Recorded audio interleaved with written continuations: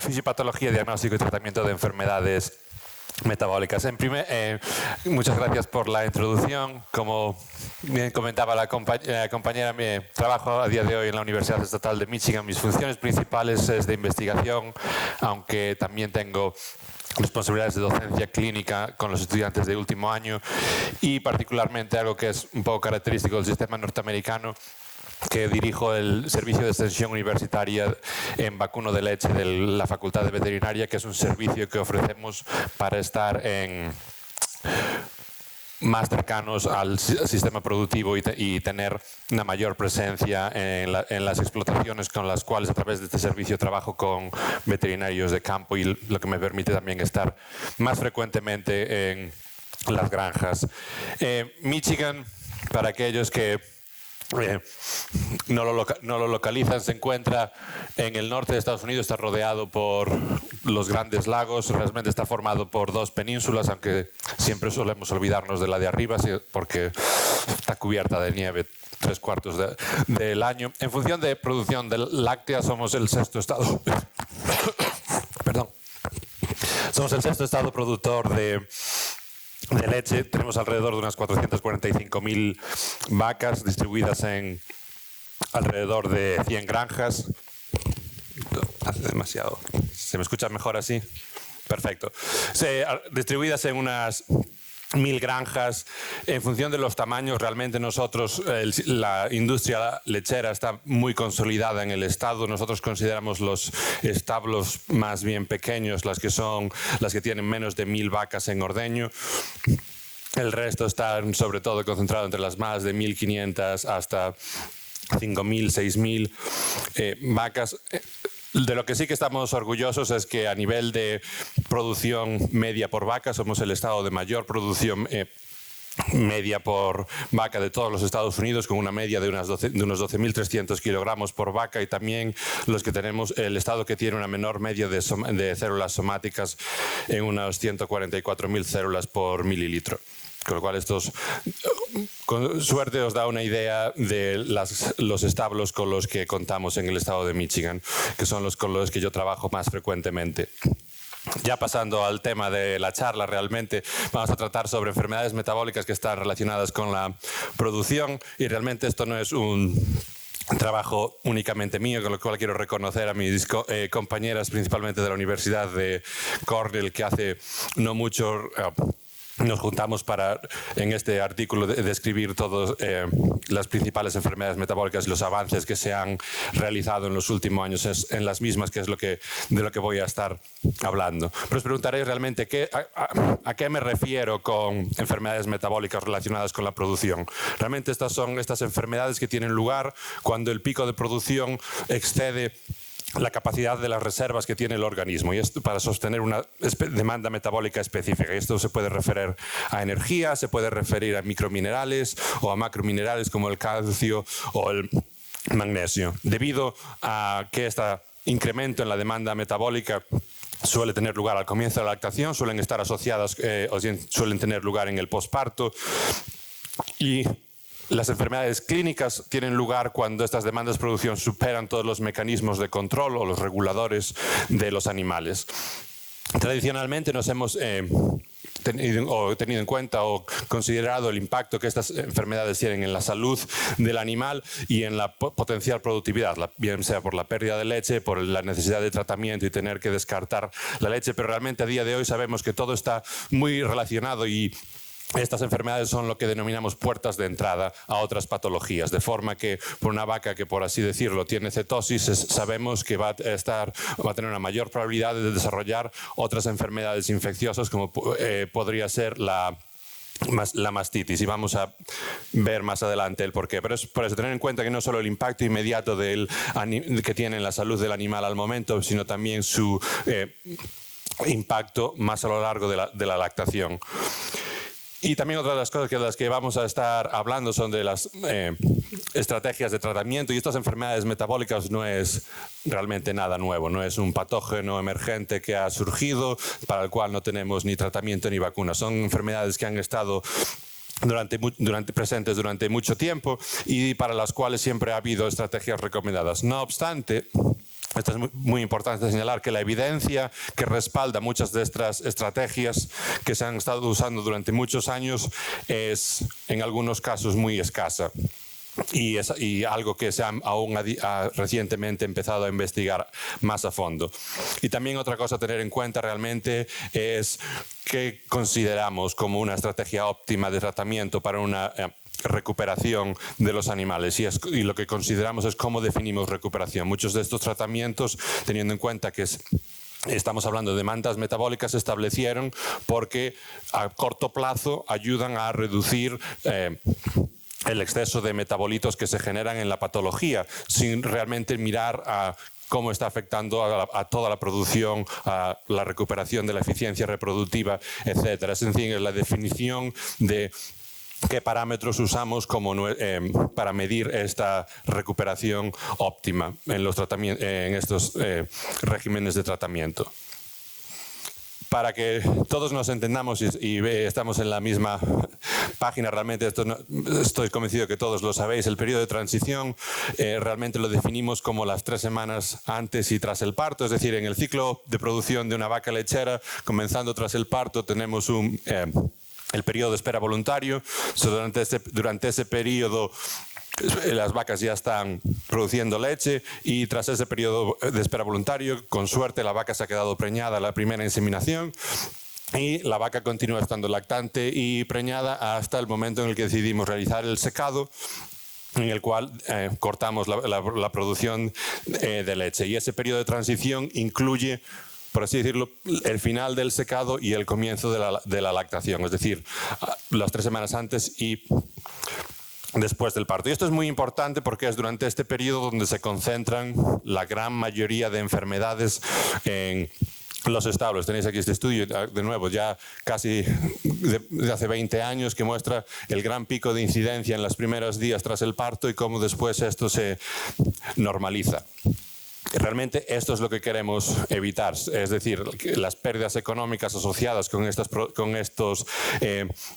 producciones y lo peor de todo que es que animales que no sean capaces de adaptarse a esa transición y acaben muriendo en las explotaciones. Y hay que tener en cuenta que el 80% de todos los costos de enfermedades tienen lugar en el primer mes tras el parto y alrededor de un 4% de los animales se eliminan en los 10 primeros días en leche, con lo cual es un periodo crítico de elevado riesgo para patologías.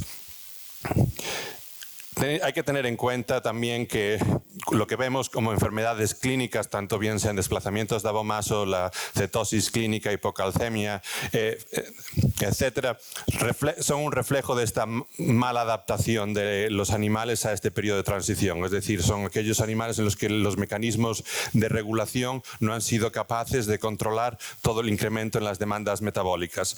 Y tradicionalmente hemos considerado estas enfermedades como entidades totalmente independientes, de forma que un desplazamiento de abomaso no tiene nada que ver con la hipocalcemia y demás, pero a día de hoy sabemos que están todos muy relacionados y que un animal padezca uno lo predispone a padecer otros.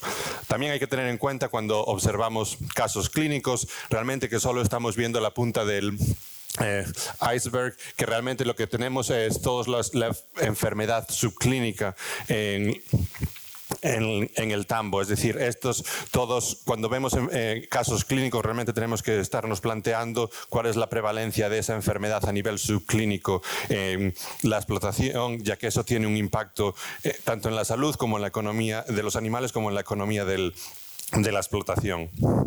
Y como comentaba antes, estas enfermedades son también una puerta de entrada a otras patologías.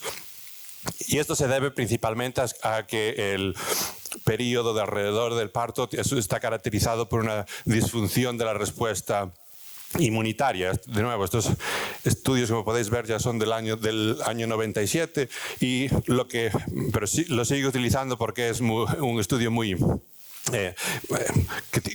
que es un muy buen ejemplo. Aquí en este estudio lo que hicieron los autores simplemente fue, en función del tiempo, en función de las semanas alrededor del parto, midieron la función tanto de los linfocitos como de los neutrófilos de los animales y para ver la función de estas células inmunitarias. Y como podéis ver, tanto en el sistema o en el brazo de la respuesta inmunitaria adaptativa, como en el de la innata, hay una caída marcada que comienza alrededor de las 3 semanas anteriores al parto y que se mantiene a niveles inferiores y tarda en recuperarse hasta más o menos 4 semanas tras el parto. Es decir, tenemos un periodo de casi 2 meses en los que la función de las células inmunitarias de los animales está disminuida.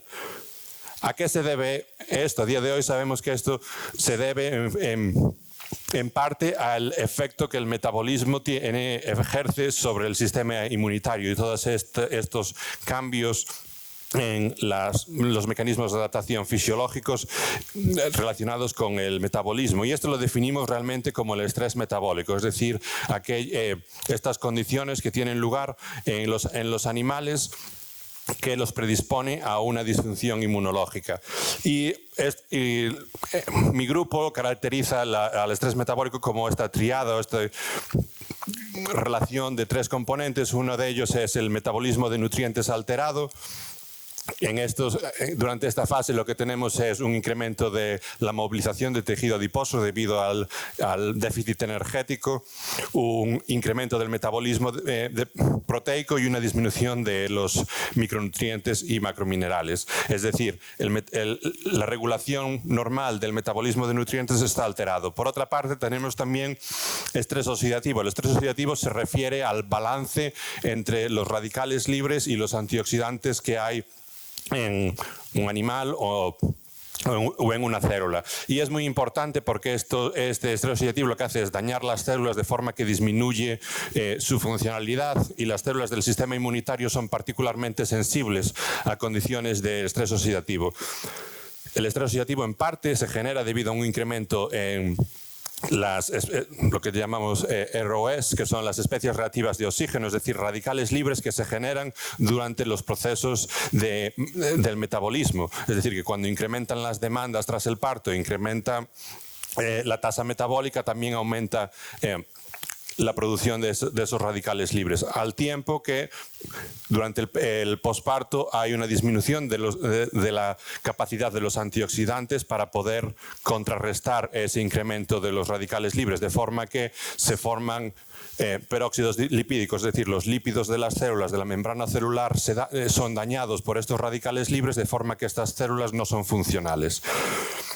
Y por último, el último de los componentes es la inflamación desregulada, es decir, la inflamación solemos considerarla como algo malo, realmente, ¿no? Cuando hay un proceso inflamatorio siempre lo intentamos cortar con antiinflamatorios y demás para conseguir que el animal se recupere de forma más rápida. Realmente lo que tenemos que tener en cuenta es que en sí la respuesta inflamatoria es algo beneficioso, es un sistema de protección del animal, es uno de los primeros mecanismos de respuesta del sistema inmunitario y funciona para activar la respuesta inmunitaria. El problema, particularmente con la inflamación, es cuando tenemos una inflamación excesiva, y eso es lo que ocurre realmente durante el periodo de transición, en el cual todos los mecanismos de regulación de la inflamación no funcionan de forma correcta, y cuando la inflamación se activa, realmente los mecanismos, por así decirlo, de reducirla no funcionan, con lo cual tenemos una respuesta exacerbada de la inflamación.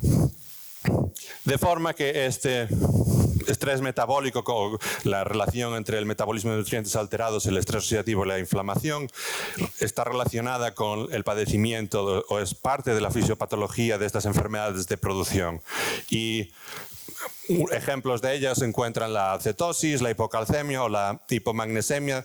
Por cuestiones de tiempo, ya que todos queremos ir a comer en breve, me voy a centrar principalmente en la cetosis y en la hipocalcemia, también por el hecho de que son las que se presentan con mayor frecuencia en las explotaciones, y también porque son las que ha habido muchos más avances recientemente en comparación con la hipocalcemia, que es una enfermedad realmente cuya prevalencia está cada vez en más retroceso.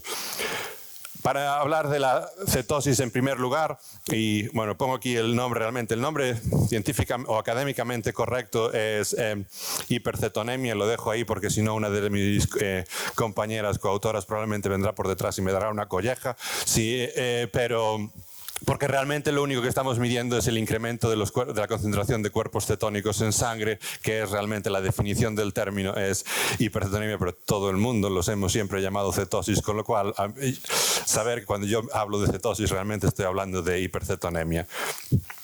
En condiciones normales, como bien sabéis, todos los azúcares que hay en el rumen se van a fermentar y van a generar ácidos grasos volátiles que son absorbidos por el rumen, se metabolizan en el hígado y toda la glucosa y generan glucosa, y toda esta glucosa disponible realmente en la vaca lechera va a estar utilizada por la glándula mamaria para producir lactosa y como consecuencia leche. Es decir, que todo este proceso de generación de glucosa y demás es simplemente para la producción de leche, ya que por sistemas de control metabólico las vacas lecheras están programadas para usar la glucosa para la producción de leche, y los otros tejidos van a usar otras fuentes energéticas para poder mantener su producción. Es decir, lo que se prioriza es la producción de leche. Es decir, los otros tejidos tienen que usar otras fuentes energéticas. En periodos en los que hay un exceso de déficit energético, los animales lo que empiezan es a movilizar grasa y proteína para generar esta energía adicional y estas fuentes alternativas de energía. Una de ellos es mediante la movilización del tejido adiposo. Vamos a brevemente, sin ir muy en detalle, todas las rutas implicadas, simplemente para recordar realmente en el tejido adiposo los animales y nosotros tenemos triglicéridos que cuando se activan mediante lipólisis en momentos de déficit energético, de balance energético negativo, van a movilizar ácidos grasos no esterificados que se van a liberar de estos triglicéridos, o nefas, que es la abreviatura del inglés. Estos van a entrar al corriente circulatorio y una vez llegan al hígado se van a entrar en el hígado y se van a esterificar de nuevo. Una vez dentro del hígado, la ruta principal sería a través de la beta-oxidación, es decir, van a ir a la mitocondria y a través del ciclo de Krebs. Recordad esto es ese círculo con todos esos distintos puntos y demás, que todos nos hemos olvidado de él, van a generar energía. El problema ocurre que hasta aquí todo muy bien. El problema es que cuando la tasa de movilización de tejido adiposo excede la capacidad de la mitocondria de hacer beta-oxidación y de procesar este acetil-CoA a través del ciclo de Krebs, llega un momento en el que los intermediarios del ciclo de Krebs se terminan y este acetil-CoA no puede entrar por aquí, con lo cual esta ruta se bloquea y la fuente o la ruta alternativa es la generación de cuerpos cetónicos. En ganado vacuno los tres principales los tenéis ahí arriba, son la acetona, el acetato y el beta-hidroxibutirato. Y estos cuerpos cetónicos entran al corriente circulatorio y pueden ser utilizados por la mayoría de los otros tejidos como fuente energética. ¿Qué es lo que ocurre incluso cuando la movilización de tejido adiposo y de la liberación de ácidos grasos no esterificados excede la capacidad del hígado de generar cuerpos cetónicos? Estos ácidos grasos esterificados se encuentran dentro de los hepatocitos, con lo cual una de las formas es de volver a formar triglicéridos y de exportarse con lipoproteínas de baja densidad que pueden ser utilizados por ciertos tejidos, como por ejemplo la glándula mamaria, para la producción de grasa de la leche.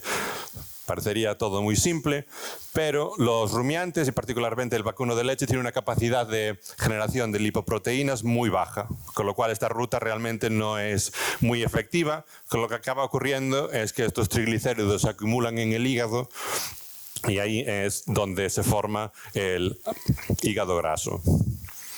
Otra cosa importante a tener en cuenta, que esto es, por así decirlo, la síntesis endógena de cuerpos cetónicos. Recordar que en el rumen, si se ingieren cantidades excesivas de ácido butírico, este ácido butírico puede ser convertido a beta-hidroxibutirato por el epitelio ruminal, que también entra al corriente circulatorio. Es decir, que si se le da particularmente ensilado mal hecho con grandes cantidades de ácido butírico a los animales, podemos inducir una cetosis también.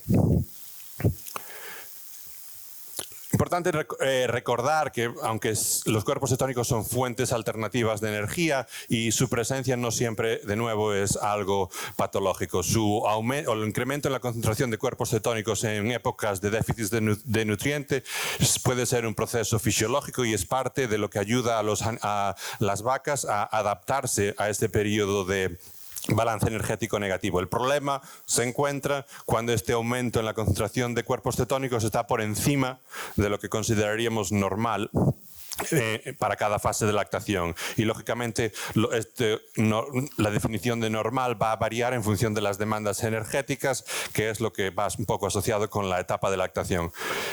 En base a estudios epidemiológicos que han demostrado la asociación entre con mayor o que aumenta el riesgo de enfermedades y disminución de producción láctea en vacas que tienen una concentración de beta-hidroxidato superior a 1,2 milimoles litro, con lo cual es lo que solemos usar como punto de corte para decir esta vaca tiene cetosis o esta vaca no tiene cetosis.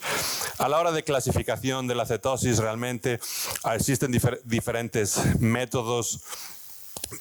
A día de hoy lo solemos clasificar de forma más práctica simplemente como cetosis o hipercetonemia subclínica, que es aquella en la que los animales no presentan signos clínicos, pero si medimos cuerpos cetónicos en sangre nos encontramos con una concentración de beta-hidroxibutirato superior al 1,2 que comentábamos antes o en algunos casos 1,4. Y la cetosis clínica viene siendo lo mismo, es decir, la presencia de cuerpos cetónicos elevados, pero ya con signos clínicos. Existen otros tipos de clasificaciones, probablemente recordaréis esta clasificación dentro de cetosis tipo 1 y tipo 2 que se generó al principio de los años 90. Eso es un paradigma que en cierto modo lo consideramos ya un poco antiguo. Al principio esto se intentaba hacer, pero se intentaba relacionar lo que se veía en estos distintos momentos de cetosis, hacerlo similar a lo que ocurría en humanos que padecen diabetes y la comparación entre diabetes tipo 1 y tipo 2, pero a día de hoy se sabe que la respuesta metabólica entre la diabetes y la hipercetonemia tras el parto realmente no tiene mucho que ver, con lo cual es algo que intentamos, que ya no se utiliza tanto. Vamos un poco a ver qué importancia epidemiológicamente tiene la cetosis o hipercetonemia, lógicamente mucho más prevalente en ganado lechero de alta producción al comienzo de la lactación, por lo que todo lo que comentábamos antes que está relacionado con este incremento en las demandas. En cuanto a la prevalencia, existen diferentes estudios y una de las principales características es que varía drásticamente entre distintos rebaños, incluso dentro de diversos estudios que se han realizado hay una variación muy grande, y esto es porque está íntimamente relacionado con los niveles de producción, las prácticas de manejo y demás. Por poner un ejemplo, porque muchas veces tenemos a atender que la cetosis es una enfermedad que está más relacionada con vacas de muy alta producción, en estabuladas y demás. En Nueva Zelanda, que tiene un sistema de pastoreo y de producción más bien baja, estudios realizaron, la media de la prevalencia de cetosis subclínica estaba alrededor de un 27%. Y como podéis ver con la variación, esto va desde un mínimo de un 11,4 a un máximo de casi un 50%, es decir, hubo explotaciones con solo alrededor de un 10% de animales y otras que tenían un 50% con cetosis subclínica. De nuevo, esto es en un sistema de pastoreo con baja producción. En Estados Unidos estamos alrededor de un 40-60%, en Europa alrededor de un 22%. He estado buscando, en Argentina he sido capaz de encontrar un estudio que realmente no es un estudio poblacional, es un estudio que se realizó en solo un establo, pero en el establo del estudio la prevalencia fue de un 10%. Con lo cual os podéis imaginar que sí que es una enfermedad que está presente en este sistema productivo. Más importante señalar realmente es que todos estos estudios se realizaron estudios de prevalencia, es decir, fueron a la granja, tomaron muestras y determinaron cuántas de las vacas que analizaron tenían concentraciones de cuerpos cetónicos elevadas. No obstante, en esta enfermedad la prevalencia puede ser hasta la mitad de la incidencia. Y esto se debe a que es una enfermedad de muy corta duración. Se considera que normalmente la duración media de tener cuerpos cetónicos elevados es de alrededor de unos 5 días. Es decir, que si vamos y tomamos solo una muestra en un momento, podemos haber perdido animales que ya hayan tenido cetosis y ya no tienen cuerpos cetónicos elevados en sangre, con lo cual tener en cuenta que muchos de estos datos igual casi los tenemos que multiplicar por 2 para tener una idea de la incidencia real de cuántas vacas están afectadas en estos establos. Es una enfermedad realmente que tiene un coste importante por caso. Ha habido distintos estudios que han intentado cuantificar este costo, y aquí os tengo los ejemplos. En Estados Unidos se consideró que alrededor de unos $290 por caso. En Europa, similar, unos 257 euros. En Australia, que tiene un sistema productivo de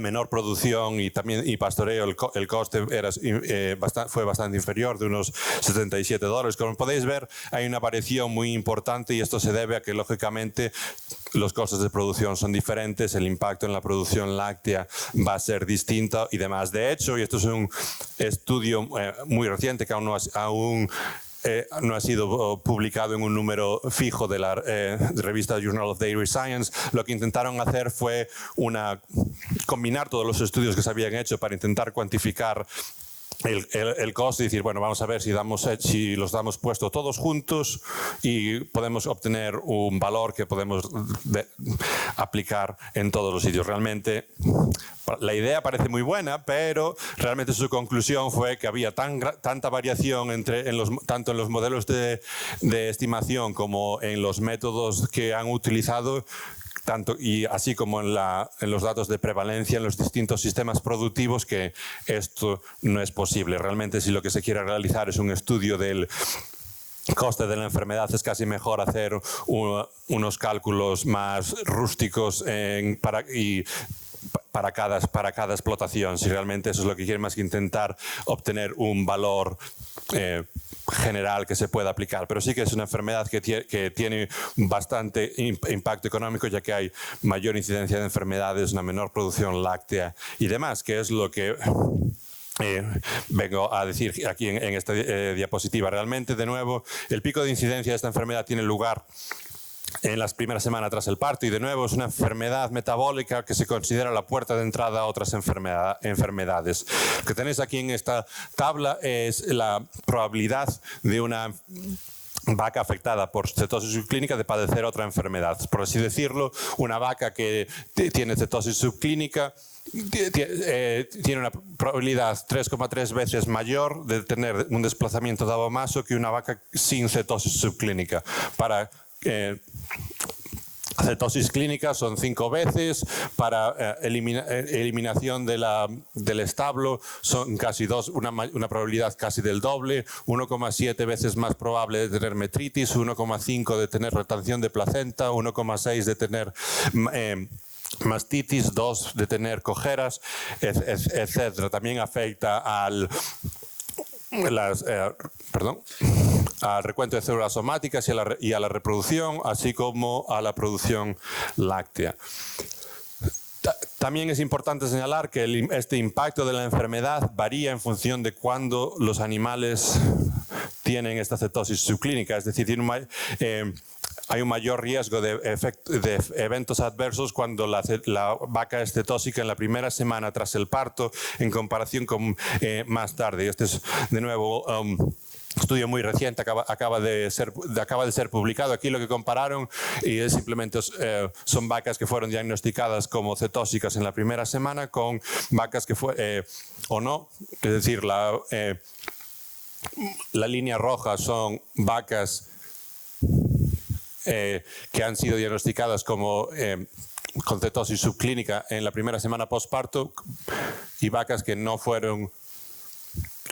tuvieron cetosis subclínica en esa primera semana postparto, y podéis ver que aquí se separan las líneas mucho. Esto está mirando, es una curva de supervivencia de vacas no preñadas, es decir, que la eficiencia reproductiva en vacas que tuvieron cetosis subclínica en la primera semana fue inferior, por eso tiene más vacas no preñadas que aquellas que no tenían cetosis subclínica. En comparación, cuando se compararon estos con el diagnóstico en la segunda semana, es decir, vacas que tuvieron cetosis en la segunda semana comparado con vacas que no tuvieron cetosis en la segunda semana, como podéis ver, no afectó a la eficiencia reproductiva. Las curvas están prácticamente pegadas. Y lo mismo ocurre con la probabilidad de ser mantenidas en la explotación. Las curvas se separan de forma dramática cuando el diagnóstico tiene lugar en la primera semana, pero son prácticamente idénticas cuando el diagnóstico tiene lugar más adelante. Es decir, que el impacto principal tiene lugar lo más cerca del comienzo de la lactación. Y también tener en cuenta que hay un menor riesgo de hipercetonemia o de cetosis en vacas primíparas frente a multíparas, principalmente asociadas a que la demanda de producción es inferior en estos animales. No obstante, es un menor riesgo, no quiere decir que el riesgo sea no existente. Esto es, de nuevo, un estudio muy similar, simplemente lo pongo porque este estudio también es muy reciente y es un estudio, de nuevo, es en Estados Unidos, pero es muy extensivo, ya que en este estudio lo que realizaron, siguieron más de 70 explotaciones lecheras en el estado de Nueva York durante más de un año para mirar el efecto de estas enfermedades metabólicas. Y de nuevo, simplemente señalar dos cosas: la diferencia entre vacas que tenían cetosis con vacas que no tenían cetosis en la eficiencia productiva, y lo que se puede ver aquí en esta tabla, que igual no es muy claro, pero simplemente lo que hay es una relación, muestran una relación lineal entre la concentración de beta-hidroxibutirato y la producción láctea. Es decir, que a medida que la concentración de beta-hidroxibutirato aumenta, la producción o la diferencia en producción láctea también aumenta, es decir, hay mayor pérdidas de leche a medida que las vacas están más cetósicas. Aparte de este impacto en la producción, impacto en la eficiencia reproductiva y demás, la hipercetonemia, estos cuerpos cetónicos, tienen una función muy importante como puerta de entrada a otras enfermedades que comentaba. Y esto se debe a que estos cuerpos cetónicos son capaces de disminuir la función de las células inmunitarias. Y lógicamente esto a consecuencia de si tenemos un sistema inmunitario que funciona de forma menos eficiente, hay una mayor susceptibilidad a infecciones. Y pues, mostrar diferentes estudios. Este fue un estudio italiano, el cual lo que realizaron, compararon vacas con cetosis subclínicas y vacas sin cetosis subclínicas, y realizaron una prueba cutánea de Carrigan, que es lo que se utiliza muchas veces para medir la respuesta inmunitaria celular, y lo que podéis ver es una respuesta principalmente ya antes del parto, a las 3 semanas, estos son días relativos al parto, ya 3 semanas antes hay una menor respuesta a esta prueba, indicando una menor respuesta de las células inmunitarias en las vacas que sufrieron cetosis al comienzo de la lactación.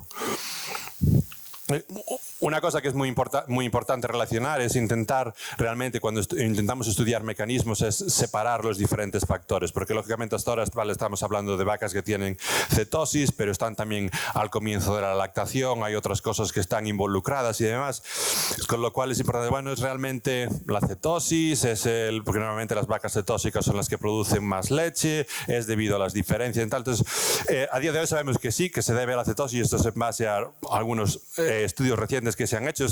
Utilizo este ejemplo porque a mí me gusta mucho, porque también los autores son colegas míos, pero realmente en este estudio lo que hicieron para intentar separar los distintos componentes fue coger vacas al final de la lactación e inducirles cetosis. Y le indujeron la cetosis mediante meterle una infusión continua de beta-hidroxibutirato, de cuerpos cetónicos. Es decir, son vacas al final de la lactación, no están expuestas a todos estos cambios metabólicos, endocrinos y demás, pero están sufriendo cetosis porque mantuvieron mediante una infusión continua esa concentración de beta-hidroxibutirato. Es decir, somos capaces de de diferenciar si los efectos que vamos a observar se deben solo a ese incremento en cuerpos cetónicos o a todos esos otros cambios que tendrían lugar durante el comienzo de la lactación que no tienen lugar aquí. Después de infundir y mantener estos cuerpos cetónicos durante unos días, lo que hicieron fue a estos animales los infectaron de forma intramamaria con Streptococcus uberis, es decir, un patógeno que realmente en condiciones normales el sistema inmune debería de ser capaz de eliminar. Y midieron la respuesta. Uno de los aquí tenéis ejemplos de lo que se observaron. Realmente el grupo azul es el grupo cetósico, es decir, el grupo que tuvo cetosis subclínica, que tuvo esa infusión de beta-hidroxibutirato. Lo que podéis ver aquí representan las unidades formadoras de colonia de Streptococcus uberis en leche tras la infección, y como podéis ver los vacas en el grupo control fueron capaces de controlar la infección y mantuvieron un contagio de bacterias más o menos inferior, mientras que aquellas vacas que tuvieron la infusión de beta-hidroxibutirato y la infusión de el periodo de la infusión es solo lo que está representado por estos 3 primeros días, lo que está representado por este bloque gris. Como podéis ver, incluso una vez que la infusión se detuvo, el número de bacterias continuó aumentando. También hubo un aumento marcado en la concentración de células somáticas en estos animales, tuvieron una menor ingesta de materia seca, una menor producción láctea y también una mayor temperatura tras la infusión y la infección. Es decir, viene a decir que sí tuvieron una respuesta inmunitaria más débil y no fueron capaces de controlar la infección, mientras que los animales que estuvieron en el grupo control, que también sí que fueron capaces, con lo cual sí que estos efectos, si podemos decir los inmunosupresores, se deben a la presencia de concentraciones elevadas de cuerpos cetónicos. Y esto un poco se entiende porque hay muchos estudios que se han realizado in vitro que sí que han señalado que estos cuerpos cetónicos son tóxicos para las células inmunitarias y disminuyen su función. En términos de signos clínicos, ahora moviéndonos ya del impacto, de nuevo, basar el diagnóstico simplemente en signos clínicos es muy difícil, ya que a no ser que una vaca tenga una cetosis muy grave, ya que los signos son muy vagos. Y aquí tenéis un ejemplo de los diferentes signos clínicos asociados normalmente con la cetosis, en este caso clínica. Lógicamente, sí, disminución de la ingesta, una disminución de la producción láctea. Además, lógicamente, esos son signos clínicos que prácticamente cualquier vaca enferma va a mostrar, con lo cual basarse simplemente en signos clínicos es muy difícil. También tener en cuenta que la mayoría del ganado que presenta cetosis se ve afectado de forma subclínica y no clínica, con lo cual si solo nos centramos en evaluar la cetosis clínica estamos perdiendo una información muy valiosa de qué es lo que ocurre en la explotación. Y también no hay una relación directa entre la concentración de cuerpos cetónicos y la sintomatología clínica. Es decir, hay vacas que tienen cuerpos cetónicos muy elevados que casi no muestran signos clínicos. Lo que sí ocurre muchas veces es que estos signos clínicos pueden progresar a lo que denominamos cetosis nerviosa, en lo cual tenemos otra sintomatología más general, como puede ser la agresión, la ataxia, una salivación excesiva o morder y masticar objetos, como podéis ver aquí en esta imagen, en la cual la vaca estaba constantemente intentando morder la puerta del chute. Pero vamos, entonces realmente es eso. En función de signos clínicos son tan vagos y poco específicos que no se pueden usar para el diagnóstico de la enfermedad. Hacer el diagnóstico subclínico se basa principalmente en la medición de cuerpos cetónicos en fluidos corporales, y a día de hoy disponemos de dispositivos para medir estos cuerpos cetónicos en los diferentes fluidos, bien sean leche, sangre u orina. Y existen métodos que pueden ser bien semicuantitativos, que son las típicas tiras de orina que llevamos haciendo muchos años, en los cuales miramos en una escala y nos da un margen, es decir, es semicuantitativo, y estas las hay tanto para orina como para leche. O de forma ya más precisa y cuantitativa, en los cuales dispositivos que nos van a dar un número exacto que nos miden el cuerpo cetónico. Estos dispositivos están validados para poder usar a nivel de campo a pie del animal. Lo que sí que hay que tener en cuenta es que los cuerpos cetónicos varían su concentración en función del fluido en el que estemos realizando la medición, y por ello los límites van a variar en función de, no podemos usar el mismo punto de corte si medimos cuerpo cetónico en sangre que si lo medimos en orina o en leche. Tiene que haber puntos específicos.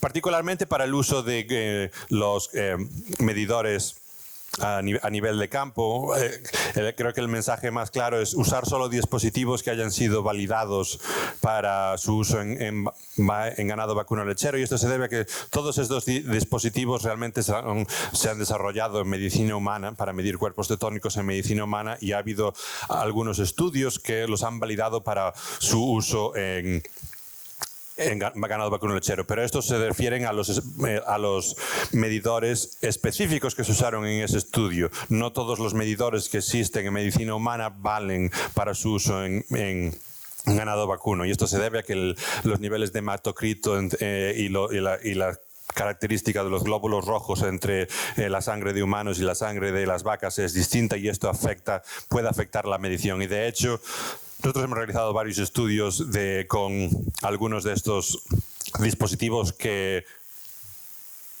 por así decirlo, tirar una moneda al aire es casi más efectivo que usar uno de esos dispositivos. Con lo cual, esta tabla que os pongo aquí la realizamos en el 2016.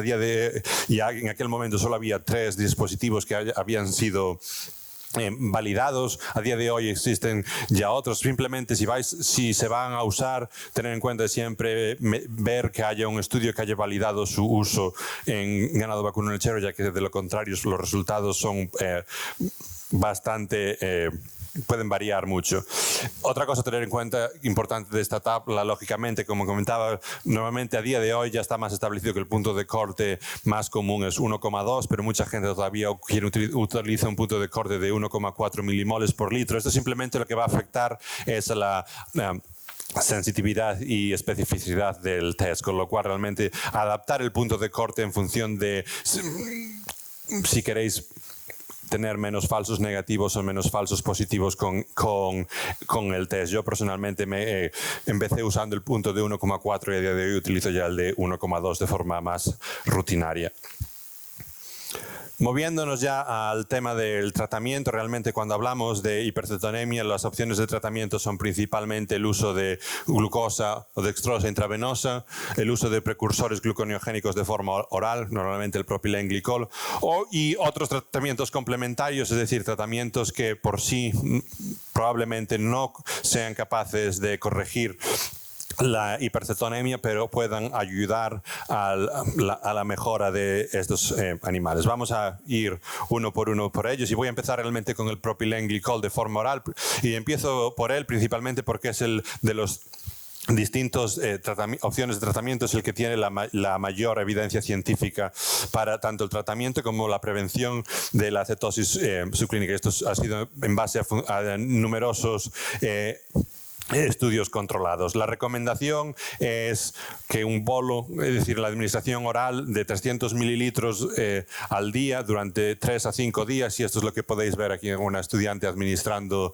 el bolo con una pistola, acorta el tiempo de recuperación y reduce los resultados negativos asociados con la hipercetonemia, es decir, reduce el riesgo de padecer desplazamientos de abomaso, de producir menos leche, etc. ¿Cómo funciona el propilenglicol una vez que lo administramos y entra en el rumen? Realmente este tiene un mecanismo de acción mediante 2 rutas. En parte de este propilenglicol en el rumen se es convertido a propionato, que es un ácido graso no volátil, que es absorbido, y este se puede usar para la formación de glucosa, desde la gluconeogénesis. También el propilenglicol puede entrar directamente en el ciclo de Krebs y generar más glucosa. Y eso es lo que, si os acordáis del todo el fantástico ciclo de Krebs, con todos los distintos intermediarios, aquí tenéis marcados en qué fases realmente esto tiene lugar. En primer lugar, el propilenglicol de nuevo con piruvato puede generar oxalacetato, que se utiliza para la formación de glucosa, es decir, favorece la gluconeogénesis, y también para el soporte del propilenglicol propionato es capaz de generarse o convertirse en succinil-CoA, y esto, una vez que entra, recordáis que uno de los principales mecanismos para la formación de cuerpos cetónicos es que este acetil-CoA, que viene de la movilización de ácidos grasos no esterificados, no es capaz de entrar en el ciclo de Krebs porque no hay oxalacetato, de forma que la administración de este propilenglicol aquí ayuda a regenerar este oxalacetato y volver a reiniciar todo el fantástico ciclo de Krebs que todos tanto nos gustaba durante la bioquímica en primer año. La segunda de los tratamientos que se han comentado, que realmente, por así decirlo, han estado en los libros por años, es la administración de bien sea glucosa o dextrosa de forma intravenosa. Realmente el mecanismo en función de esta administración es que se basaba en que las vacas no tienen energía, por eso están cetóxicas, con lo cual si le hacemos una provisión directa de fuentes de energía, esto va a corregir la cetosis. Y eso parte se debía a que se había determinado una asociación entre cetosis y una baja glucemia en estas vacas. Si recordáis anteriormente, toda la glucosa que decíamos que se generaba por el ganado vacuno realmente se utilizaba por la glándula mamaria para la producción de leche.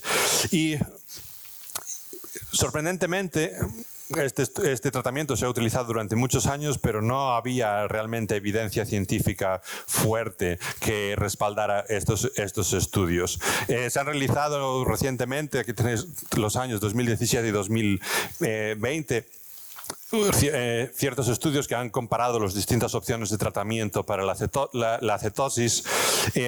Y aquí, en este caso, comparando la glucosa intravenosa con el propilenglicol oral o una combinación de ambas, lo que se encontraron fue que la glucosa intravenosa sola funcionó peor que el propilenglicol solo. Es decir, que el propilenglicol solo fue más efectivo que la administración de glucosa de forma intravenosa.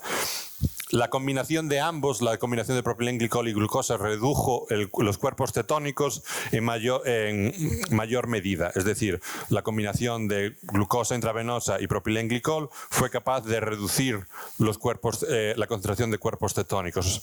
Pero, realmente, de nuevo, vamos a mirar qué es realmente lo que nos interesa a nivel de parámetro para medir nuestros resultados, que un metabolito en sangre disminuya o la capacidad de producción, de recuperación de los animales. A nivel epidemiológico, aunque fue capaz de reducir en mayor proporción estas concentraciones de cuerpos cetónicos en sangre, la adición de esta glucosa intravenosa realmente no disminuyó el riesgo de enfermedad ni la producción de leche en vacas con hipercetonemia, que ya habían sido tratadas con propilenglicol. Es decir, que sí, la combinación tiene un efecto beneficioso en el metabolito sanguíneo, pero no realmente un efecto beneficioso a nivel clínico. En función de cómo administrar la glucosa intravenosa, lógicamente tenemos realmente dos opciones, bien una infusión continua o una infusión en bolo. El problema con la infusión continua es que realmente no es práctica a nivel de campo de conseguir colgar una bolsa a una vaca y tenerla ahí en infusión continua de 24 horas y demás. Y aparte, eso se ha hecho realmente en muchos hospitales universitarios, a veces que nosotros los académicos se nos da por hacer cosas un poco estúpidas. Pero lo que sí que se vio es que aparte de ser muy tedioso, disminuye la ingesta, porque estamos continuamente proporcionando energía a los animales, con lo cual, ¿para qué van a comer? Con lo cual, realmente no es una estrategia que sea recomendable.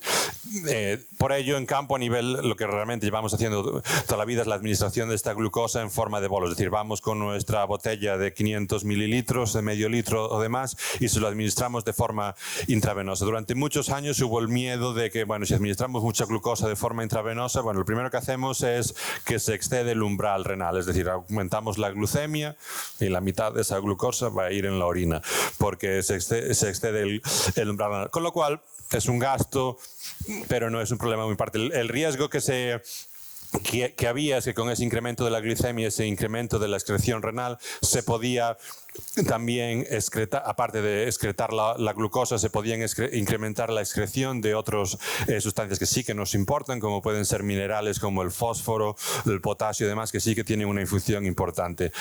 Con lo cual, esto realmente era un riesgo que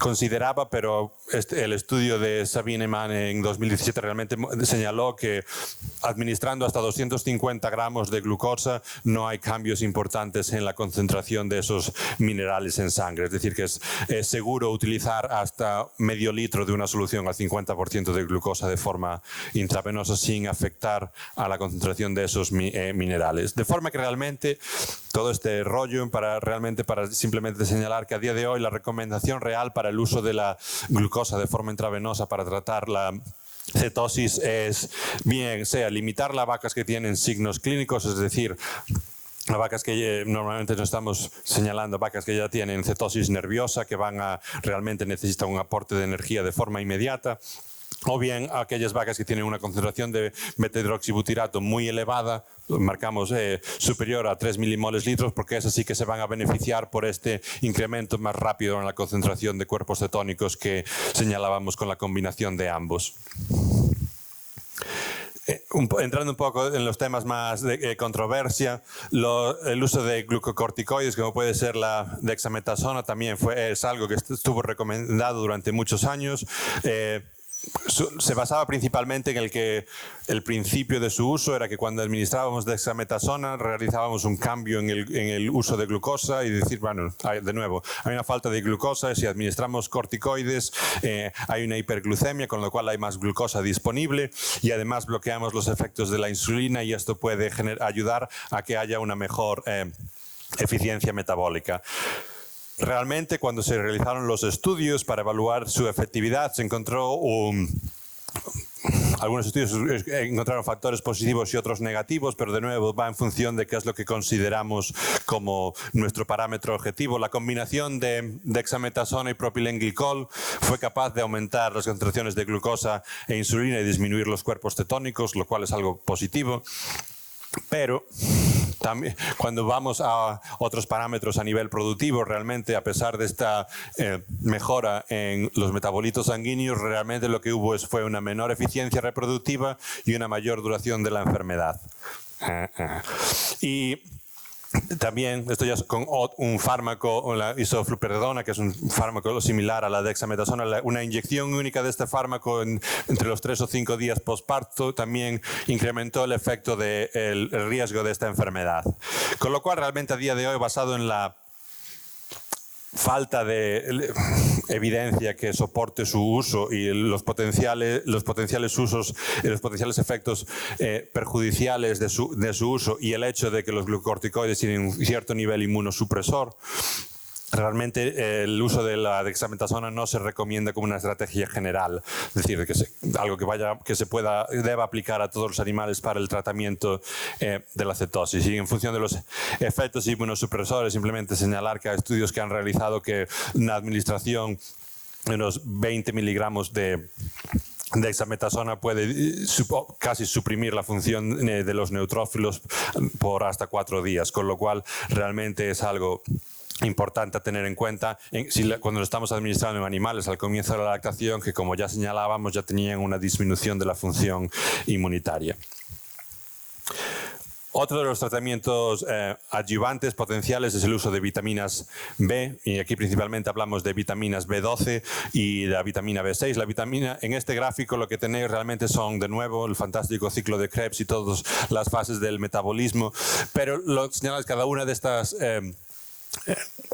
rectángulos señala una vitamina B, es decir, le podéis ver qué papel tan importante las vitaminas B juegan en toda esta regulación del metabolismo. La vitamina B12 particularmente juega un papel en la gluconeogénesis, es decir, en la generación de glucosa de nuevo uso y particularmente en este punto, en el punto de entrada de conversión del ácido propiónico en el succinil-CoA. Si recordáis, parte del propilenglicol que usábamos de forma oral se convierte en ácido propiónico y entra en este punto. Es decir, que la administración de esta vitamina B12 puede mejorar o ayudar a mejorar esa respuesta del propilenglicol. Y la vitamina B6 también es muy importante. Tenéis ahí las distintas formas, porque aparte de esta función en el complejo metabólico, tiene los efectos beneficiosos añadidos de que ayuda a controlar la inflamación y el estrés oxidativo. Es decir, los otros dos componentes del estrés metabólico de los que hablábamos anteriormente. Otras moléculas que pueden ser útiles, nos encontramos la L-carnitina. La L-carnitina genera papeles críticos en el metabolismo intermediario de todas estas sustancias.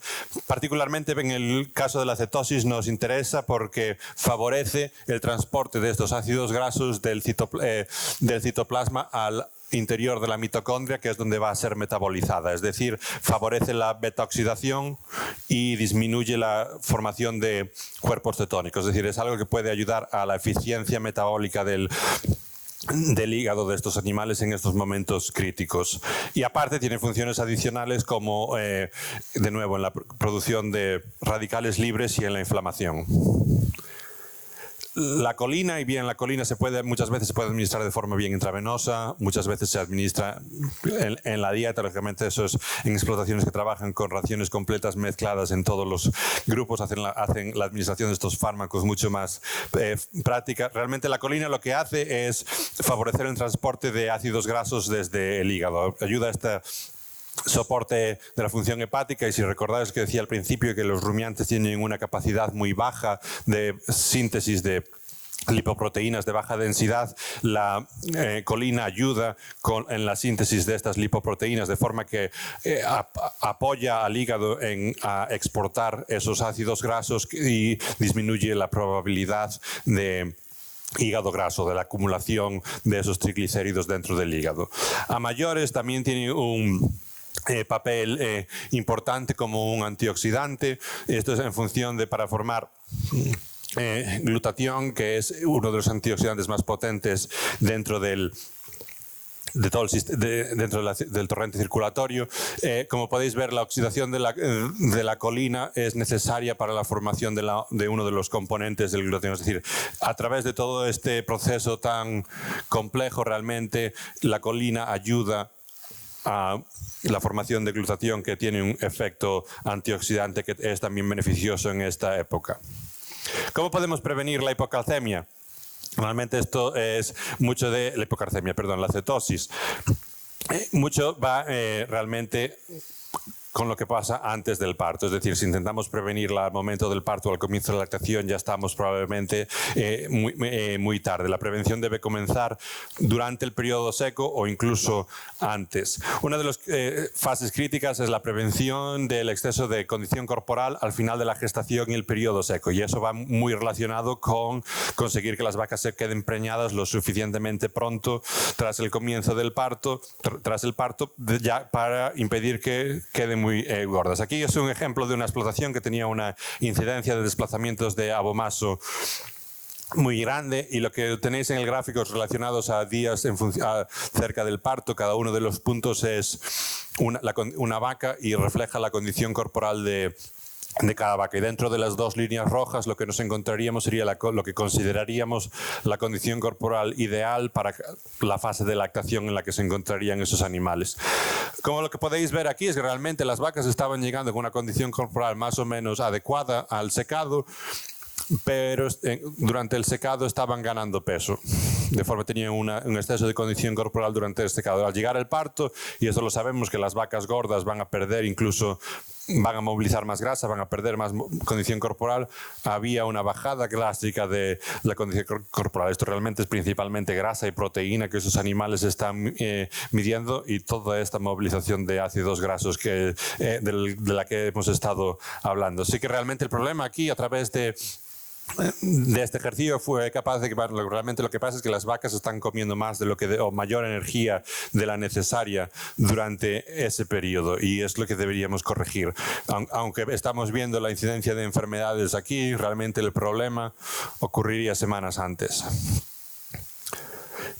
Para ello lo que debemos manejar es la nutrición durante el secado, y a día de hoy la recomendación es que la ingesta de energía durante esta fase, particularmente el secado, debe cumplir pero no exceder en gran medida los requisitos energéticos de esos animales. Es decir, queremos darle 110% o menos de sus requisitos, ya que, de nuevo, la sobrealimentación de las vacas secas predispone a enfermedades metabólicas y el periodo seco no es un periodo para andar perdiendo condición corporal, ya que si llegamos con vacas muy gordas y decimos tenemos que disminuir la condición corporal antes del parto, lo que tenemos que hacer es restringir la ingesta de energía durante esa época. Ahí lo que estamos haciendo es iniciar esa lipólisis incluso antes, y cuando las vacas lleguen al comienzo de la lactación y necesiten movilizar más grasa, van a estar aún en una condición peor, de forma que realmente las vacas deberían de llegar al secado en condición corporal óptima y mantenerla a lo largo de esa fase. ¿Cómo podemos conseguir eso? Principalmente, ¿cómo podemos hacer el manejo del secado?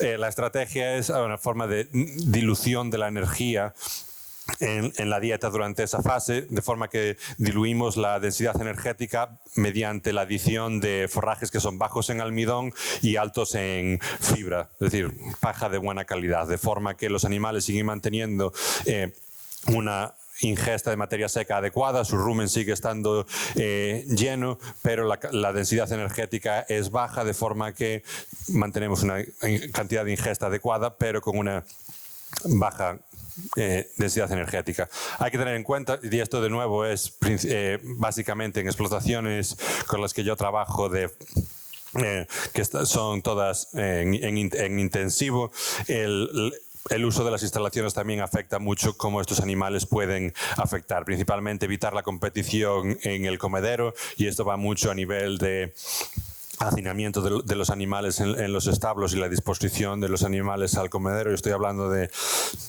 explotaciones en Michigan donde el grado de hacinamiento está cercano al 150% a día de hoy, con lo cual os podéis imaginar todas las consecuencias que ello tiene.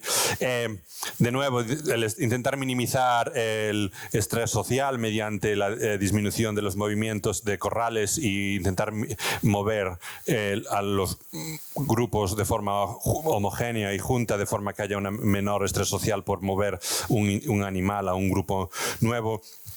Y donde sea relevante, por suerte, bueno, no sé si por suerte o por desgracia, en Michigan solo tenemos alrededor de unos 30 días de estrés por calor al año, con lo cual, pero en áreas donde eso también es importante, de nuevo, proporcionar sombra y otras estrategias para disminuir este estrés por calor. Y de nuevo, otras cosas que pueden ayudar en esta prevención para añadir en la dieta de estos animales o en función de cómo manejáis de forma sistémica, son la administración de nuevo de colina en la dieta, o de forma sistémica vitaminas B, o el uso de monensina, que por lo menos en Estados Unidos todavía está permitida.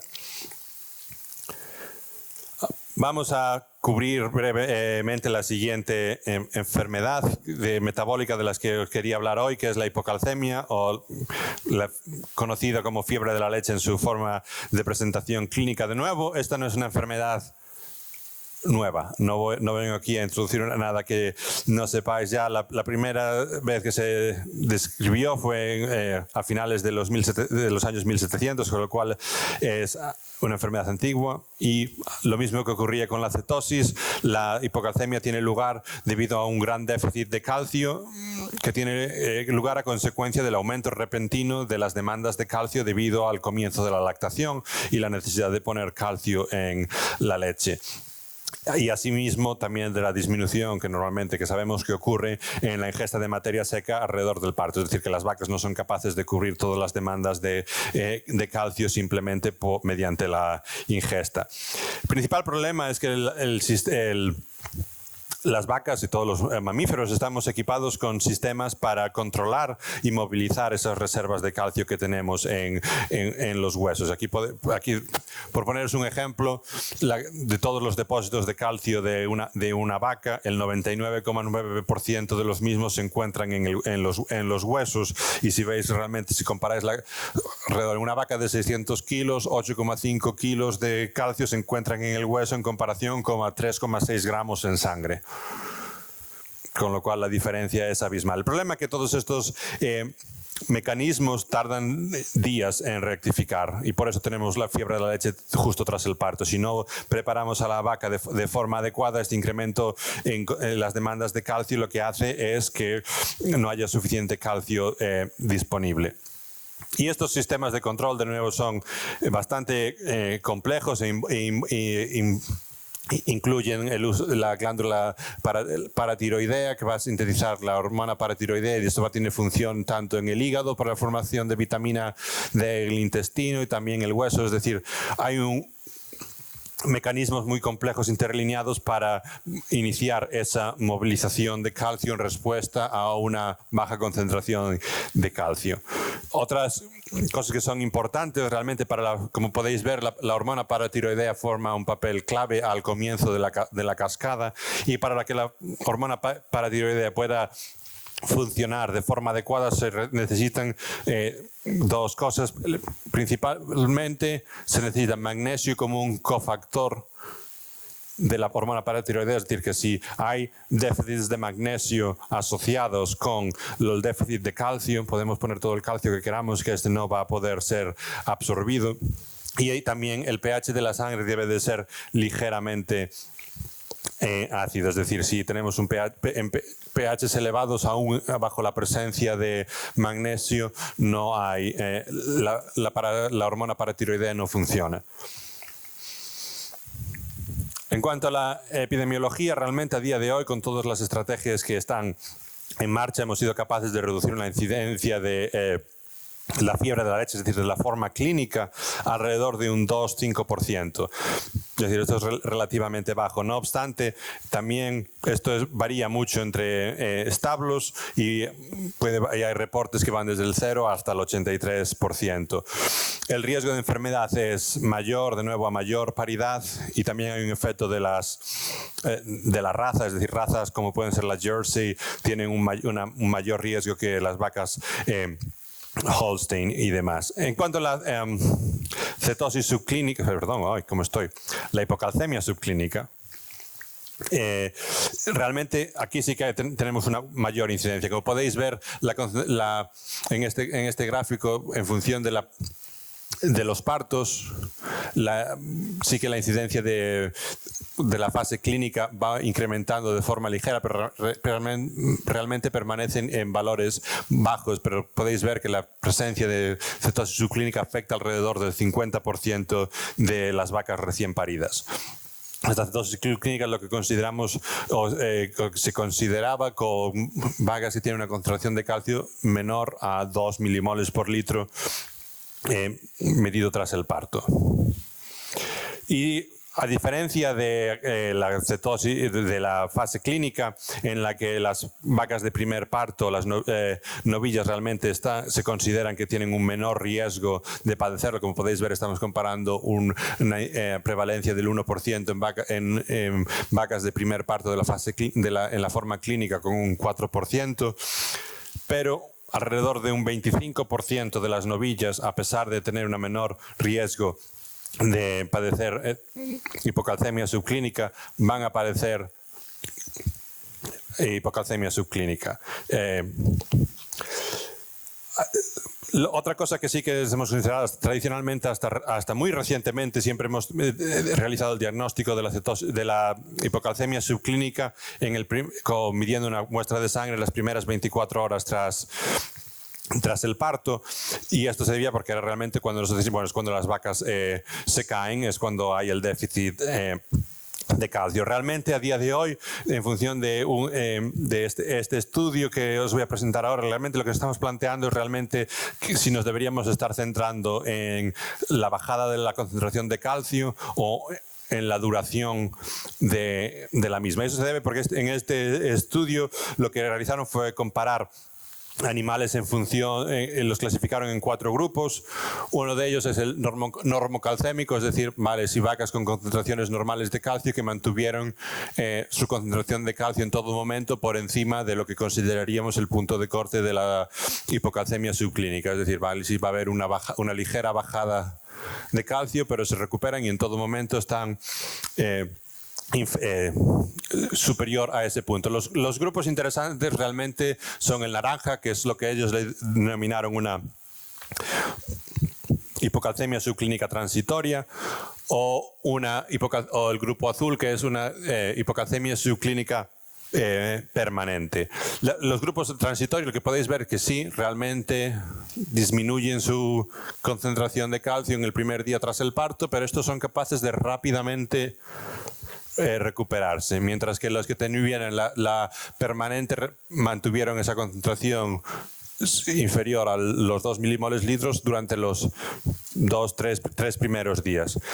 Interesantemente, los grupos de las vacas en el grupo de las hipocalcemia subclínica transitoria fueron las vacas que más adelante tuvieron menos enfermedades, produjeron más leches y bueno, básicamente las vacas que uno quiere tener en el establo, a pesar de realmente de haber tenido esa bajada en la concentración de calcio. Si hubiéramos tomado la muestra a día 1, no habríamos sido capaces de diferenciar entre si los animales están padeciendo esas hipocalcemia subclínica simplemente de forma transitoria, es decir, van a ser capaces de recuperarse por ellos mismos o si van a estar en este otro grupo. Con lo cual, esto es algo que todavía aún no hay evidencia para realmente decir, realmente tendríamos que estar realizando el diagnóstico a día 2 o día 3, pero sí que es algo, hay estudios que sí que se están realizando ya para determinar esto, pero simplemente realmente tener en cuenta eso, que hay vacas que sí que a pesar de que tienen esa disminución en la concentración de calcio en el primer día tras el parto, son capaces de recuperarse por sí mismas, y esto probablemente está asociado con mayores demandas metabólicas y energéticas y demás, pero estas vacas de nuevo son las que han ido y después produjeron incluso más leche y tuvieron una mejor eficiencia reproductiva que las que mantuvieron una concentración de calcio normal durante todo el periodo. De nuevo, el impacto que tiene la hipocalcemia como puerta de entrada de otras enfermedades, y no voy a ir en todo el detalle, pero simplemente quiero remarcar realmente que son redes muy complejas de relación entre las distintas enfermedades, con lo cual aquí tenéis la hipocalcemia y cómo esto está relacionado bien sea con la fiebre de la leche, desplazamientos de abomaso, la mastitis. El calcio es necesario para las células del sistema inmunitario para funcionar, con lo cual eso también va a causar inmunosupresión y demás. Es decir, tenemos de cambiar la mentalidad de centrarnos solo en una enfermedad, pero ver que todas estas enfermedades metabólicas están íntimamente relacionadas con muchas de las otras. En cuanto a la sintomatología clínica, no decir mucho, simplemente tradicionalmente los clasificamos en 3 distintas fases. En la primera, en la fase 1, las vacas todavía son capaces de estar de pie, pero sí que incluso pueden estar un poco más excitadas. Lo que pasa es que la fase 1 es muy corta y normalmente pasa desapercibida, y después tenemos las fases 2 y 3 en las cuales estamos hablando de si la vaca es capaz de mantenerse en decúbito external o si ya pasa a decúbito lateral. Pero eso simplemente es la fase clínica que nos ayuda a indicar en qué momento del desarrollo de la enfermedad se encuentra cada animal. En cuanto al diagnóstico de la enfermedad, realmente se basa en la respuesta al tratamiento. La falta de calcio es necesario para la contracción de los músculos, con lo cual esto es potencialmente mortal y no hay tiempo vamos a tomar una muestra, mandarla al laboratorio y mirar si tiene una concentración baja de calcio. Con lo cual lo que solemos hacer es evaluar el diagnóstico en base a la respuesta al tratamiento. No obstante, aun cuando vamos a hacer eso, es siempre aconsejable tomar una muestra de sangre antes de la administración de calcio, ya que siempre hay tiempo, si la vaca se levanta, de tirar el tubo y no hacer nada con él, pero si pasa que no es hipocalcemia, es una hipocalcemia complicada y que no responde y demás, tú quieres tener una muestra que contenga la imagen metabólica del animal antes de que tú hayas inyectado nada en él. Lo bueno que tiene el hacer esto es que el calcio realmente a día de hoy sabemos que es muy estable en las muestras y se puede mantener en los tubos hasta 14 días, siempre que se mantengan bajo refrigeración y que sean tubos de suero, no en tubos que tengan otros aditivos o heparina de litio. Y de nuevo, no hay una relación muy clara entre la concentración de calcio en sangre y el estado clínico de los animales, pero normalmente, aunque siempre hay la vaca X que prueba que estoy equivocado, vacas que tienen una concentración de calcio menor a 1,5 milimoles por litro no son capaces de mantenerse de pie. Ya terminando, vamos a hablar del tratamiento, y esto realmente el tratamiento de nuevo es la hipocalcemia en sí puede ser mortal por esa falta de calcio y la necesidad de calcio para la contractibilidad muscular, con lo cual el tratamiento es una provisión rápida de calcio. Las preguntas que siempre nos planteamos es cuánto calcio debemos aportar, en qué forma y cada cuánto debemos aportarlo. En cuanto al cuánto debemos aportar, realmente el déficit de una vaca en calcio con hipocalcemia clínica, es decir, una vaca que está caída, es solo de unos 6 a 8 gramos. Medio litro de una solución al 23% de calcio borogluconato, que es la concentración que normalmente es casi todos los productos en Estados Unidos, ya contiene 10,8 gramos. Es decir, con una botella de una solución al 23% ya estamos aportando más calcio que el déficit de calcio que tiene el animal. Con la administración, lógicamente lo que hacemos es, de nuevo, es una administración en bolo, de forma que, igual que comentábamos para la cetosis, lo que hacemos es una subida rápida en la concentración de calcio, y este pico en la concentración se alcanza a los 15 minutos si hacemos una administración intravenosa, y a las 4 horas si es subcutánea.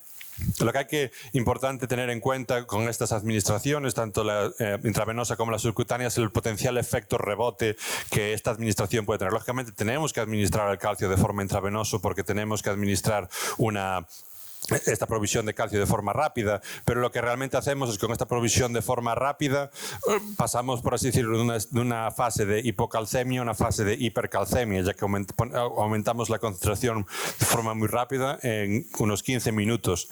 De forma que esto lo que hace es, para la vaca, detectar que hay una concentración excesiva de calcio y va a bloquear los mecanismos que queremos activar para esa movilización de calcio, y va a empezar a activar los mecanismos necesarios para la excreción de calcio, que estos son los que se dan como la función de la calcitonina.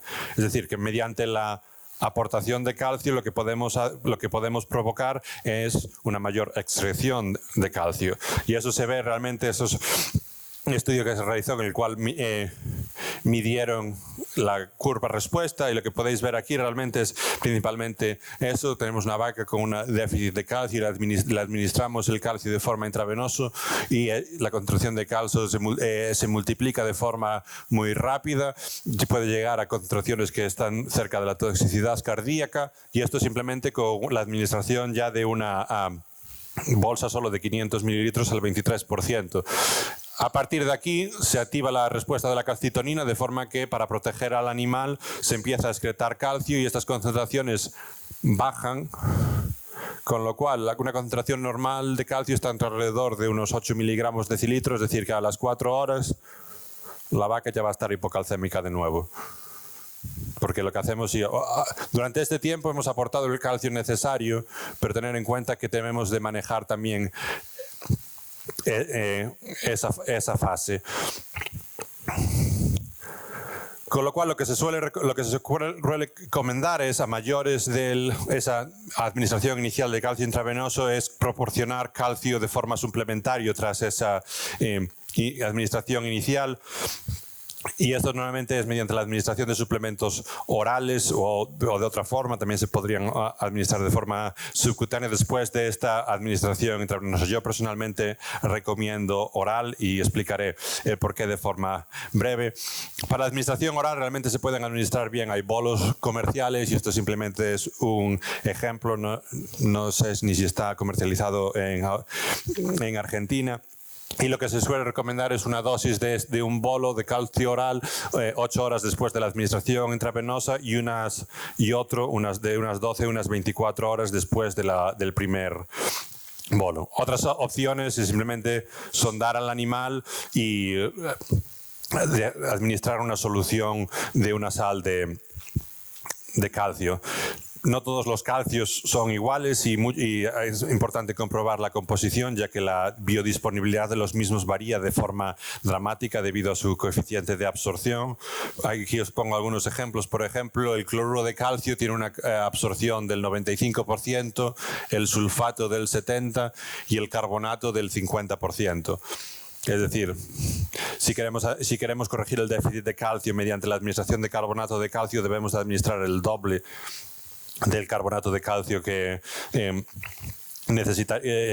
calcio necesitaríamos, ya que solo el 50% va a ser absorbido. También hay sales de propionato de calcio que tiene el efecto potencialmente beneficioso de que este propionato es un precursor gluconeogénico. No obstante, en vacas tras el parto, debido a que es cuando suelen estar caídas, las vacas ya tienen todo este incremento en las glucocorticoides endógenos y normalmente se encuentran ya hiperglucémicas, con lo cual no es necesariamente necesario, en algunos casos puede estar incluso contraindicado el administrar precursores gluconeogénicos. De nuevo, en función a las sales, el carbonato, debido a su baja capacidad de absorción, el óxido y el hidróxido de calcio casi se consideran insolubles, con lo cual no deberían ser usados en el tratamiento de una vaca caída, ya que no van a ser capaces de aportar el suficiente calcio de forma lo suficientemente rápida para corregir estos déficits. Una cosa a tener en cuenta muchas veces es lo de, bueno, queremos administrar el bolo o es mejor sondar a los animales. Los dos tienen ciertos niveles de riesgo, pero simplemente señalar ahí, dependiendo muchas veces de quién realiza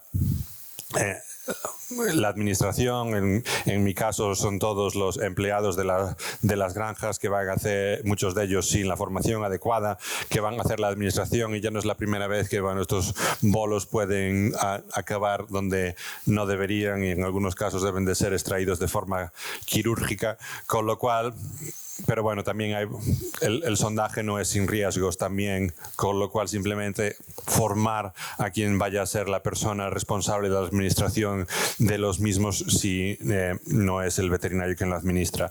Realmente este es el objetivo de esta tratamiento, es, vamos a administrar esta subida de forma intravenosa. Lo que queremos administrar es esto, una administración oral a las 8 horas, de forma que esto, al ser oral, la absorción va a ser menor y más sostenida en el tiempo, de forma que cuando la vaca se empieza a estar hipocalcémica, ya el calcio que proviene de la administración oral recupere, y cuando este empieza a bajar, ya la segunda dosis empiece a recuperar. Y esperamos que para el segundo día ya la vaca sea capaz de regularse por sí misma.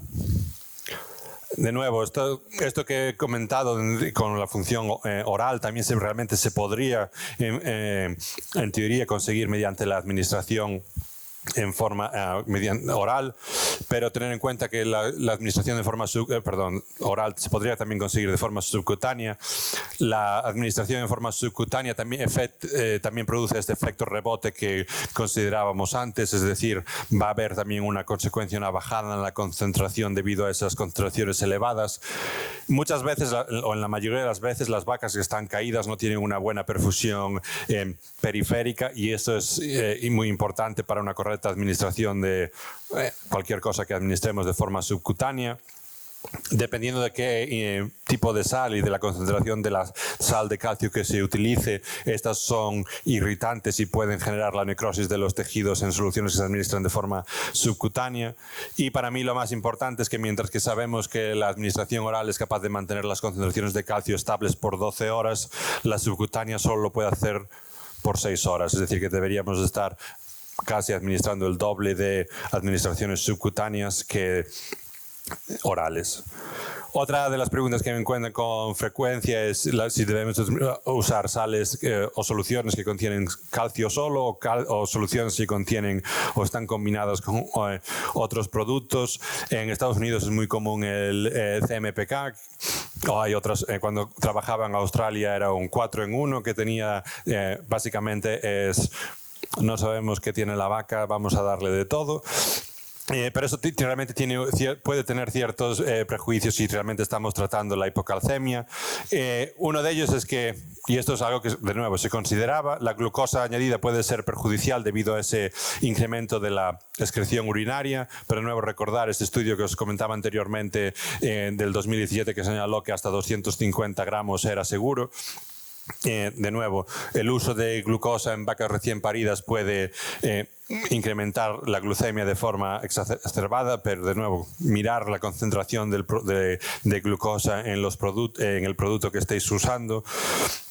Y en función de formulación de los productos, muchos de estos productos combinados pueden que no tengan el suficiente calcio de lo que realmente necesita una vaca. Recordar que necesitamos el déficit de calcio es de unos 6 a 8 gramos, con lo cual deberían de estar aportando por lo menos ellos. Y aunque es bueno que estos productos puedan tener magnesio o fósforo, ya que eso realmente no es algo que sea, es algo bueno, pero también es algo que se puede administrar por vía oral, con lo cual sí no es un requisito imprescindible.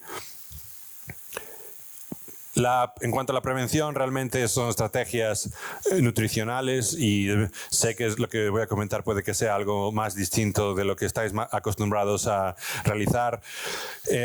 Nosotros hay dos estrategias. Primeramente lo que intentamos hacer es preparar a la vaca a movilizar calcio antes del parto, de forma que cuando llegue al parto y estas demandas de calcio se encuentren ya... la vaca ya esté preparada y sea capaz de cubrir eso. Y hay dos estrategias principales. Una es mediante la modificación de la diferencia cation-anión de la dieta. Nuestro objetivo es de conseguir de unos menos 10 a menos 15 miliequivalentes por 100 gramos de materia seca durante las 3 semanas anteriores al parto. Lógicamente, esto es muy fácil de decir en explotaciones que hacen una ración completa mezclada, donde casi les parece que hacer la fórmula es mágica. Yo trabajé con establos en pastoreo hace un par de años, ya cuando trabajaba en Australia. Realmente aquí, más que el objetivo de menos 10 a menos 15 con todos los forrajes y demás, ya era a ver si somos capaces de llegar a algo que se aproxime a cero. Importante también cuando estamos administrando esta diferencia que debemos de aportar una cantidad suficiente de calcio en la dieta, ya que si no podemos formar esta hipocalcemia subclínica de forma prematura, ya que si está realmente al conseguir esta diferencia cation-anión, lo que estamos haciendo es que la vaca empiece a excretar calcio. Si no aportamos suficiente, la vaca va a estar ya eliminando sus propias reservas. O realmente, si usamos una estrategia como esta, debemos de aportar suficiente calcio, y esto es como lo que se considera el mínimo, es un 1,5%. Lo que sí que es muy importante señalar es que esta estrategia es muy difícil de conseguir con concentraciones de potasio que sean superiores al 1,4%, ya que la cantidad de sales aniónicas que hay que añadir para conseguir este objetivo son tales que la palatabilidad disminuye y con ella la ingesta. Y ya si la concentración de potasio es superior al 1,8%, a mayores del problema con la palatabilidad, también influye en la absorción del magnesio, que si recordáis es esencial para la función de la hormona paratiroidea. Con lo cual realmente esto es una estrategia, funciona bien en explotaciones con ración completa mezclada, pero igual más complicada de llevar a cabo con vacas en pastoreo. Otra estrategia que empieza a estar empieza a ser bastante común es el uso de aglutinantes de calcio, como puede ser la zeolita. No hay tanta evidencia para sustanciar su uso como para esta otra estrategia, pero ya empieza a haber alguno. El objetivo principal de esta dieta es que administramos estos aglutinantes de calcio en la dieta, de forma que el calcio de la dieta no está disponible para la absorción de la vaca, y generamos esta hipocalcemia subclínica en la vaca, de forma que empieza a movilizar sus propias reservas y ya es capaz de estar preparada para las demandas de calcio cuando para. Uno de los efectos positivos de esta zeolita es que no afecta a la palatabilidad, es decir, no tenemos que añadir sales aniónicas, y esto aumenta normalmente se ha visto que aumenta la ingesta de materia seca en el preparto. De hecho, muchas de las granjas que yo he monitorizado, cuando han hecho el cambio de usar una diferencia cation-anión al uso de aglutinantes de calcio, la ingesta de materia seca en las vacas secas ha incrementado de forma dramática, con lo cual realmente muchos de los efectos beneficiosos, a veces te preguntas, bueno, ¿es realmente a los cambios en el calcio o es al hecho de la falta de impacto en la materia seca de los animales? Y como potencial problema es que realmente estos aglutinantes no son selectivos, es decir, no seleccionan solo el calcio, sino que también pueden tener problemas con otros cationes como el potasio o el fósforo. Y de hecho, algunos de los primeros estudios que se realizaron con estos productos en Nueva Zelanda mostraron unas caídas dramáticas de la concentración de estos minerales en la sangre de los animales, pero realmente a día de hoy aún no sabemos si tienen implicaciones a nivel de salud.